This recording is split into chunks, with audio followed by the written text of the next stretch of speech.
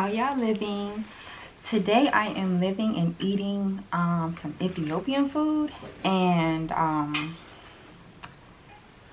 gonna do my thumbnail so I can eat, y'all. What should I pick up? I pick up a potato.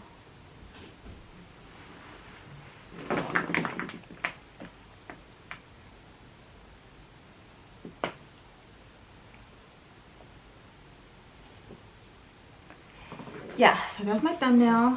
I have the vegetarian platter, which is vegan. I have the misirowat, which is red lentils cooked in the barbari, a red pepper, and gomen, which is collard greens. I forgot the name of this, but it's like string beans and carrots, and the potatoes and cabbage. And I got some extra injera, which is like an Ethiopian bread, fermented bread. And oh, I have some beets on here too. I normally don't like the beets. My mouth is watering, y'all. I'm sorry.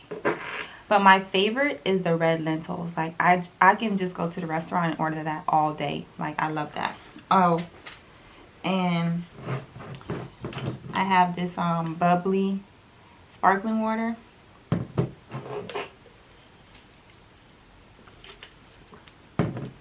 Yeah, so let me get to eating, y'all.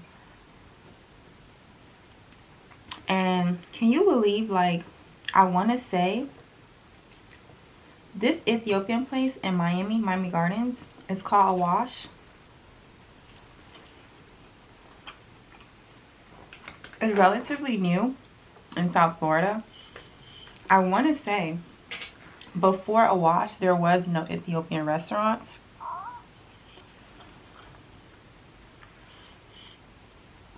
There was no Ethiopian restaurants in South Florida. So, I'm happy they have one. Can you believe my first time eating Ethiopian food? I didn't like it. I did not like it. And I tried it when I lived up north in Virginia. And I didn't like it. But then when I moved to like the DMV area,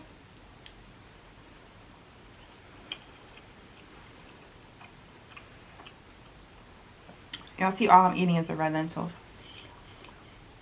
When I moved to the DMV area, DC is full of Ethiopian restaurants.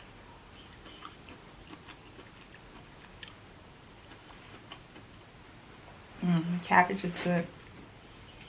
And I went to an Ethiopian restaurant in DC, and I really loved it. I really loved it. And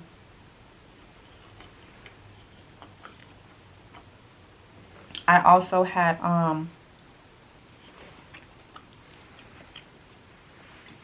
these are collard greens. See? And they eat with their hands.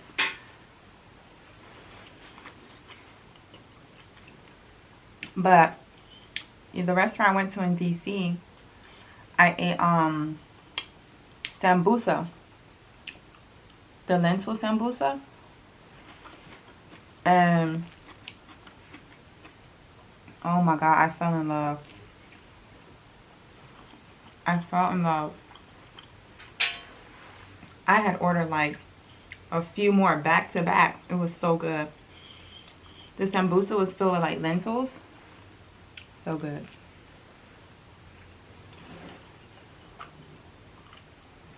My second favorite is the string beans.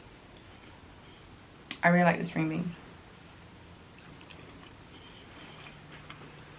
But y'all, when I eat heavy foods like this, I try not to eat it often because, y'all, after I eat this, I'm gonna be tired. Like, it's really heavy, and it will put me to sleep.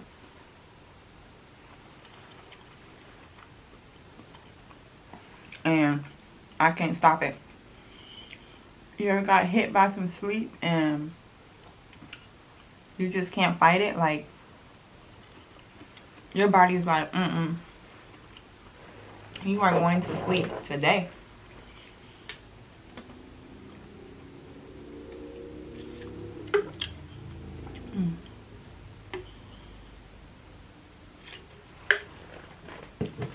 That's what happens to me when I eat Ethiopian food. I be sleepy. That itis hit. That's a wrap. It's a wrap. Like, I'm not even exaggerating, y'all. One time I went to eat some Ethiopian food, and my partner and I went to the movies. I fell asleep.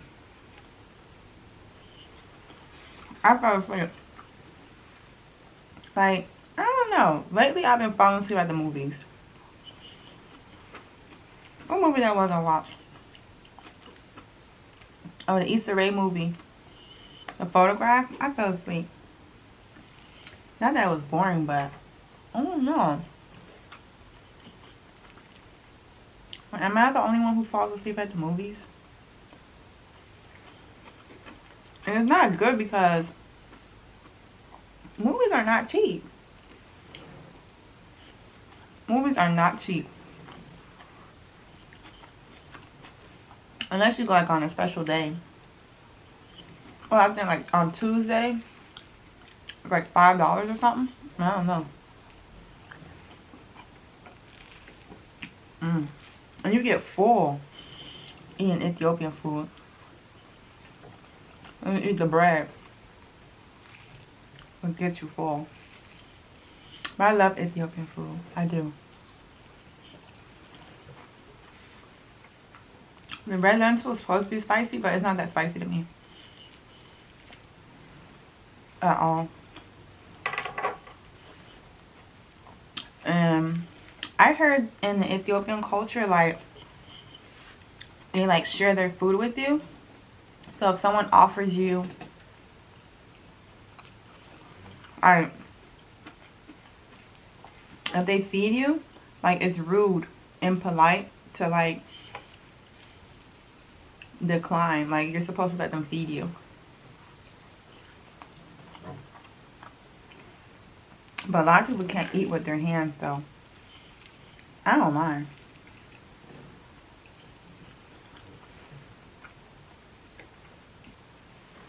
And it tastes this good, I don't care how I eat it.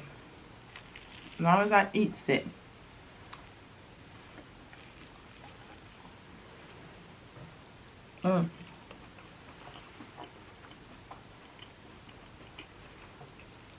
It's good. It's good.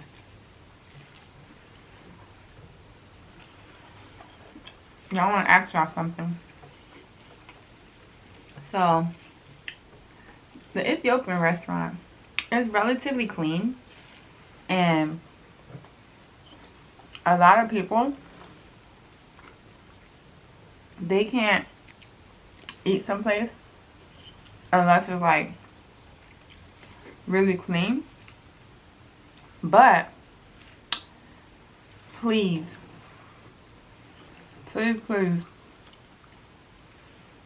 do not take any offense to what I'm gonna say. But y'all know a lot of restaurants, them hole-in-the-wall restaurants, they may not be the tidiest restaurants, but they have the best food, right? Ooh, excuse me. That's that sparkling water. So,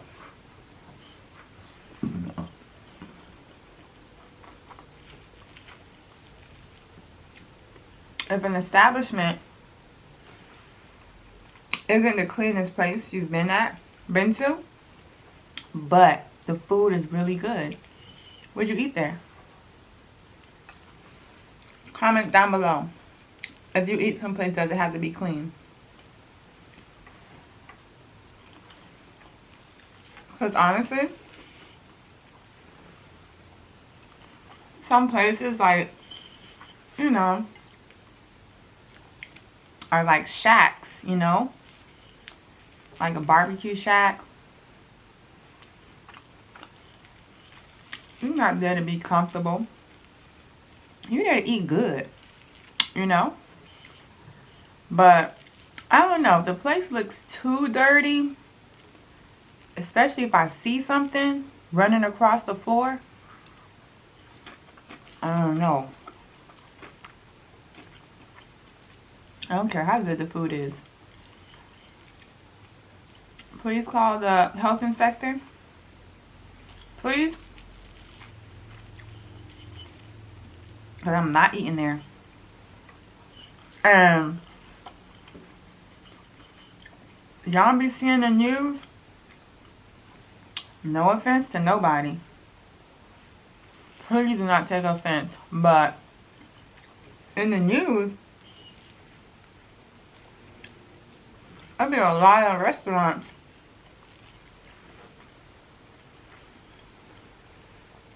having roach and stuff. But if a restaurant got roaches but the food is good, would y'all still eat there? Let me know. I wouldn't. I'll take some flies. I'll take some flies. But the other stuff? No. Can't do it. I can't. It's good. I'm getting full. This platter was for one person. And I got extra red lentils. A side of red lentils. The collard greens, it tastes too fishy for me. When I first became vegan, honestly, the single single vegetarian platter was $13.99, and for 2 people it was $19.99.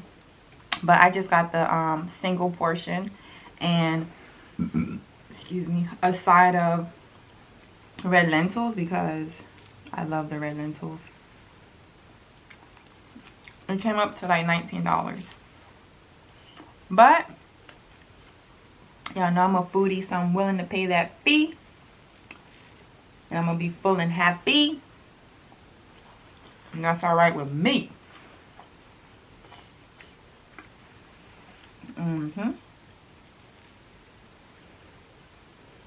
I forgot what I was about to say.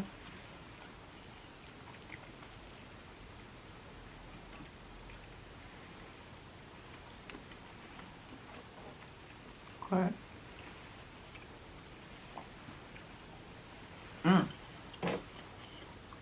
Oh yeah, the collard greens, I'm not touching it because it tastes fishy.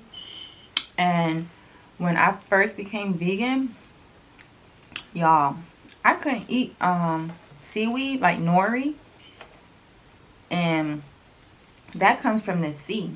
I couldn't eat it because it just tastes, or was it, no, later on when I was like in my vegan journey, I couldn't eat nori.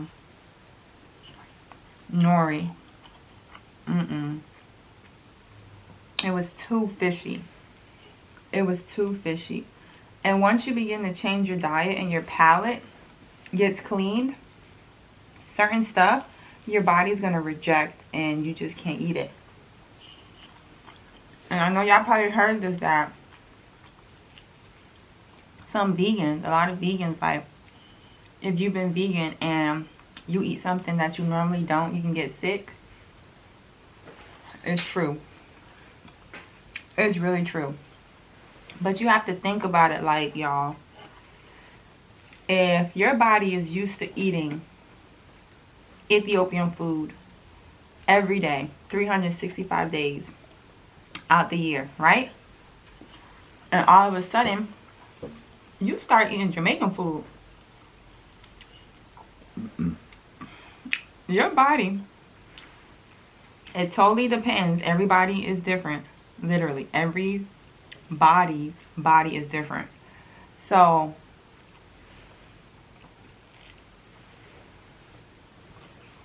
your body might be like,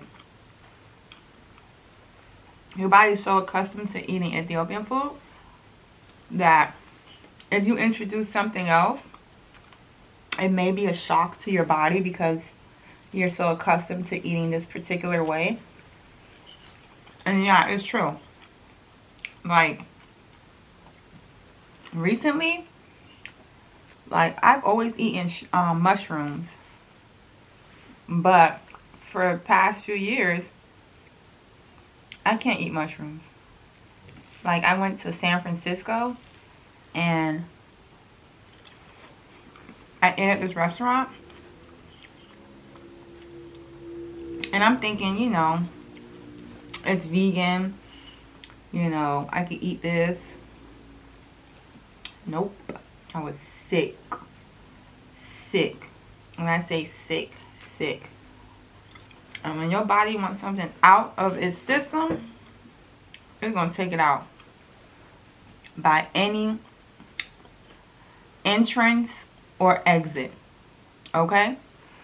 And, you know, that sucks to be traveling and as a foodie, like, trying different foods. And you're getting sick. It's not fun. But yeah, it happens. Like, if you eat something that your body doesn't agree with, you can get sick. And I'm not saying like eating milk or dairy. I don't even want to try that. People are like, would you eat milk or drink milk or eat meat again? Honestly, no. I personally don't miss eating meat. I mean, there's so many alternatives nowadays that really taste like the real thing. Like them Impossible Burgers. That tastes like meat. It's scary, but it tastes like meat. And as far as dairy, I mean, you have dairy-free milk. You can make your own milk in your kitchen. Get some almonds, soak it, blend it, strain it, and you got almond milk, you know?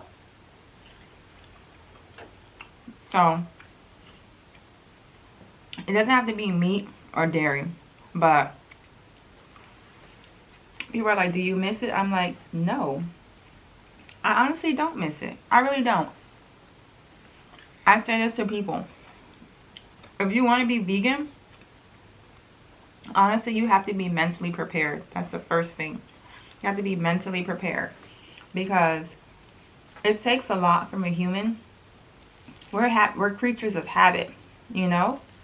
And if we're accustomed to doing a certain thing every day of our life, for our whole life, that's what we know. That's all we know. So, it may be hard to be vegan or stop eating something that you grew up eating. You know? Trust me, I know. I'm trying to think, was there anything that was hard for me to give up? Keep in mind, it took me 7 years. I want to say 7 years on and off to completely become a full-blown vegan. So, people are like, I want to be vegan, I want to be vegan. Listen, take your time. I really encourage people to transition slowly. I really encourage people eat salads.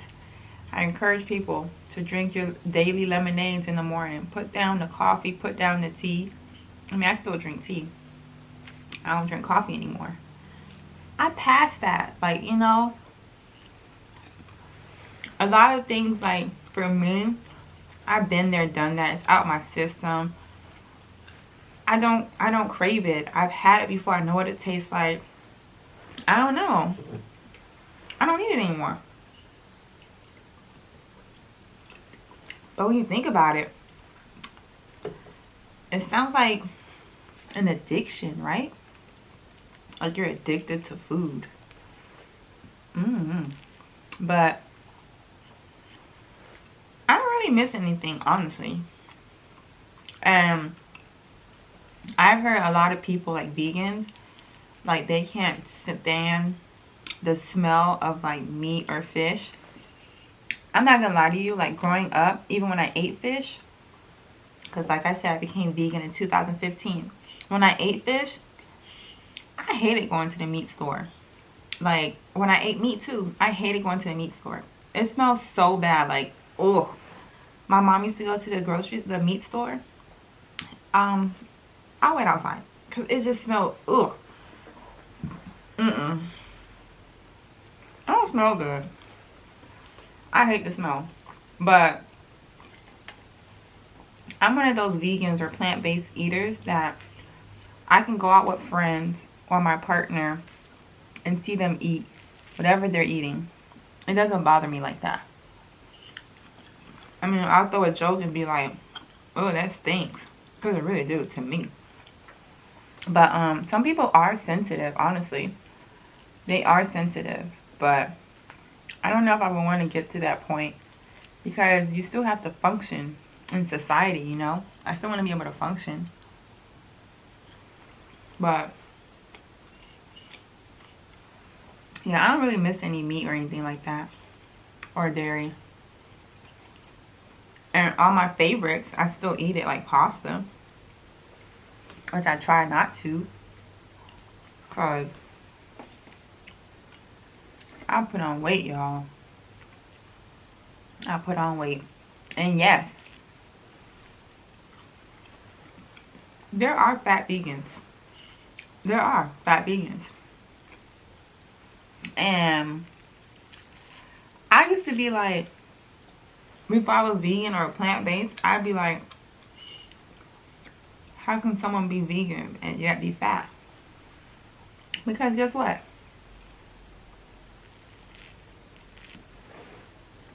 You have vegan everything now. Vegan pizza, vegan cheese, vegan burger, vegan mac and cheese, vegan bread, vegan everything. Everything that I just named will cause you to gain weight, of course. Why would you think that if you ate those same things but it wasn't vegan, that you'll gain weight eating that? But just because it's vegan, you're not going to gain weight? You have to eat closer to nature. And what I mean by that, closer to nature, like fruits and vegetables, some grains if you need it, and you have to cut out the processed food. I don't eat too much processed food because one thing about it, when I became vegan, for me, I wasn't going to be eating like fake meat or tofu. I hate tofu, honestly. Ugh. But I don't need the alternative. But I do recommend it as a transition for people who want to be vegan. But you guys, I'm going to end the video right here. If you like the video, I'm still eating, y'all. If you like the video, please give it a thumbs up. Comment down below. I'm not going to be talking to y'all about being vegan all the time. Okay? If there's anything, any topics or anything you want to talk about, leave a comment down below. If you enjoy hearing me rant about being vegan or eating healthier, leave that down below. If you don't, that's good. I hope you're on the path of health and wealth. And if you're subscribed to my channel, thanks so much. If you haven't subscribed, go ahead and subscribe now. And share this video. And live well. Bye.